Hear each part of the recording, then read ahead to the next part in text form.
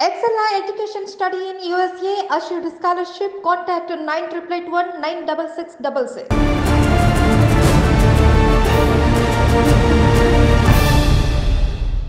Sir ఇంకొకటి recent గానే ఇదే మంత్ లో జరిగిన కన్విక్షన్ ఏంటంటే ఇద్దరు ఫ్రెండ్స్ ఉంటారు. మృతుడు నిందితుడు ఇద్దరు ఫ్రెండ్స్ సార్. అయితే ఈ మృతుడు 25,000 రూపాయలు తన స్నేహితుడైన అక్యూజ్డ్ దగ్గర నుంచి తీసుకుంటాడు. కానీ తన ఆర్థిక పరిస్థితి బాగాలేకపోవడం వల్ల చెల్లించలేకపోతాడు. చెల్లించలేకపోతే ఈ అక్యూజ్డ్ గ్రడ్జ్ పెట్టుకుంటాడు, వీడు డబ్బులు తిరిగియట్లేదని. సో వన్ ఫైన్ డే వాడిని హార్స్ స్టేబుల్, గుర్రపు శాల ఉంటుంది సార్, అది కాలపత్తర్లు అనుకుంటా, అక్కడికి రమ్మంటాడు. అయితే ఇతను పోయే ముందు తిన బ్రదర్స్ కి నన్ను అక్యూజ్డ్ రమ్మంటున్నాడు, ఫోన్ చేశాడు, నేను అక్కడికి వెళ్తున్నాను అని చెప్పేసి వెళ్తాడు. సో వెళ్ళిన తర్వాత అక్కడ తిన పైన దాడి చేసి చంపేస్తాడు. అక్కడ ఐ విట్నెస్లు కూడా ఉంటారు.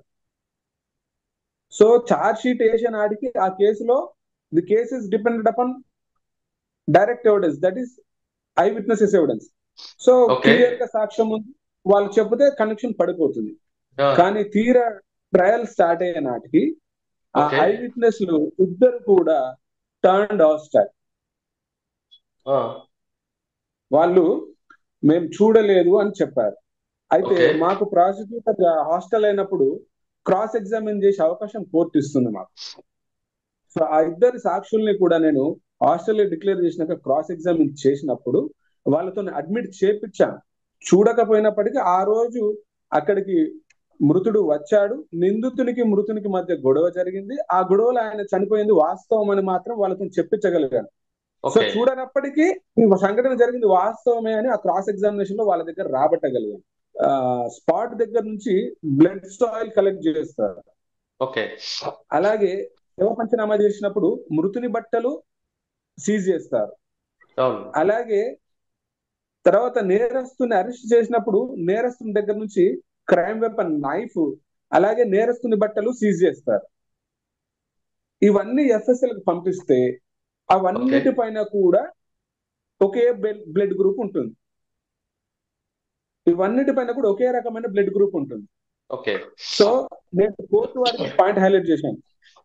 కోర్టు వారికి ఏమంటే స్పాట్ లో పడ్డ బ్లడ్ బి బ్లడ్ గ్రూపే, నిందితుని దగ్గర దొరికిన చాకు తన బట్టల మీద దొరికింది బి బ్లడ్ గ్రూపే, మృతుని యొక్క బట్టలు కూడా బి బ్లడ్ గ్రూపే. అంటే ఈ బి బ్లడ్ గ్రూప్ చనిపోయిన మృతుంది. So presence of accused at the spot on the day of incident is clearly established. మృతుని అతనే చంపిండనడానికి ఈ మ్యాచింగ్ ఆఫ్ బ్లడ్ గ్రూప్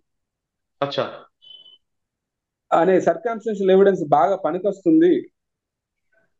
ఇది ఐ విట్నెస్ లో హాస్టల్ అయినప్పటికీ వాళ్ళు క్రాస్ లో అడ్మిట్ అయ్యారు సంఘటన జరిగిందని, ప్లస్ దానికి సపోర్టింగ్ గా ఈ ఎఫ్ఎస్ఎల్ రిపోర్ట్ ద్వారా అన్నిటిపైన బి బ్లడ్ గ్రూపే, అంటే ఆ బి బ్లడ్ గ్రూప్ మృతుంది. అంటే అక్కడ డిఫెన్స్ వారు ప్లీ తీసుకున్నారు, అది అతనిదే బి బ్లడ్ గ్రూప్ అని మీరు ఎలా చెప్తారంటే we can draw natural presumption. ఎందుకంటే ఆ రోజు ఆ సంఘటనలో మృతుడు తప్పించి వేరే వాళ్ళు గాయపడ్డట్టుగా మా కేసు కానీ మీ కేసు లేదు, గాయపడ్డది అతనే కాబట్టి అది అతని బ్లడ్ గ్రూపే అని ఇలా వాదించడం జరిగింది సార్. కోర్టు చివరిగా ప్రాసిక్యూషన్ కథనాన్ని నమ్మి నిందితుడికి జీవిత ఖైదు విధించింది సార్. ఇలా ప్రతి సాక్షులు సార్ ఇప్పుడు ఆ కేసులో ప్రత్యేక సాక్షి వీగిపోయినా కానీ మీరు సర్కమ్స్టెన్సెస్ తీసుకొచ్చి దాన్ని ఫిక్సప్ చేశారు. సో డైరెక్ట్ ఎవిడెన్స్ ఉన్న కేసు ట్రయల్ కన్క్లూజన్ వచ్చేసరికి circumstantial evidence depended upon circumstantial evidence. ఆ సర్కమ్స్టెన్షియల్ ఎవిడెన్స్ లో ఈ చైన్ ఆఫ్ లింక్ అంతా ఎస్టాబ్లిష్ చేస్తూ కన్విక్షన్ తీసుకోవడం జరిగింది. నేను ఒక్కటి చెప్పగలను సార్, 11 కేసులలో దాదాపు అన్ని కేసులలో కూడా ఇలాగే ఛాలెంజింగ్ జరిగిన కేసులే సార్. సో మంచి జాబ్ సాటిస్ఫాక్షన్ అయితే ఉంది సార్. నిజమైన నిందితులకు శిక్ష పడేట్టుగా చేయడం, విక్టిమ్స్ కి అండగా నిలబడడం చాలా సంతోషకరమైన విషయం సార్. ఇప్పుడు ఫైనల్ గా బోయినపల్లి సంఘటన ఇకపై జరగకుండా ఉండాలని అందరూ కోరుకుందాం. కానీ జరిగినప్పుడు పోలీస్ ప్రాపర్ గా ఇన్వెస్టిగేషన్ ఇంకా స్ట్రాంగ్ ఏవలో చేయాలంట. ఇప్పుడు ఈ చేస్తున్న బోయినపల్లి పోలీసులు ఆల్రెడీ చేసి సరిపోతుంటారు. నా ఒపీనియన్ ఏంటంటే సార్, పోక్సో యాక్ట్ కింద సంఘటనలు జరగద్దంటే అవేర్నెస్ చాలా జరగాలి సార్. చాలా మందికి పోక్సో యాక్ట్ పైన అవగాహన లేదు.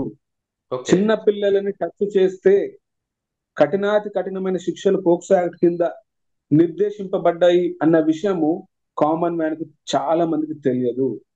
గవర్నమెంట్ వీటిపైన అవేర్నెస్ ప్రోగ్రామ్స్ పెట్టాలి.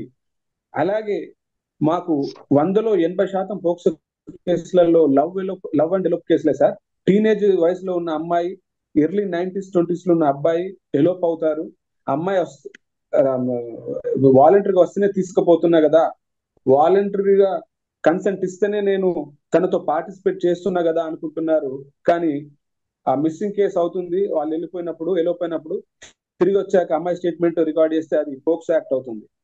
సో టీనేజర్స్ కూడా అవగాహన లేదు. ఎర్లీ 90s 20s లో ఉన్న అబ్బాయిలకు కూడా అవగాహన లేక ఈ కేసులలో వాళ్ళు అక్యూజ్డ్ గా అక్యూజ్డ్ అవుతున్నారు. కాబట్టి అవేర్నెస్ ప్రోగ్రామ్స్ చాలా పెట్టాలి సార్. సార్ అవేర్నెస్ తీసుకొచ్చిన మీరు అన్నట్లుగా పక్క వాళ్ళకో లేదా బయట వాళ్ళకు ఇటువంటి విషయాలు ఓకే, కానీ కన్న తండ్రి చేశాడు కదండి. అది అది నీచాతి నీచులండి. ఇటువంటి వాళ్ళని శిక్షించడం తప్పించి మరో మార్గం లేదు.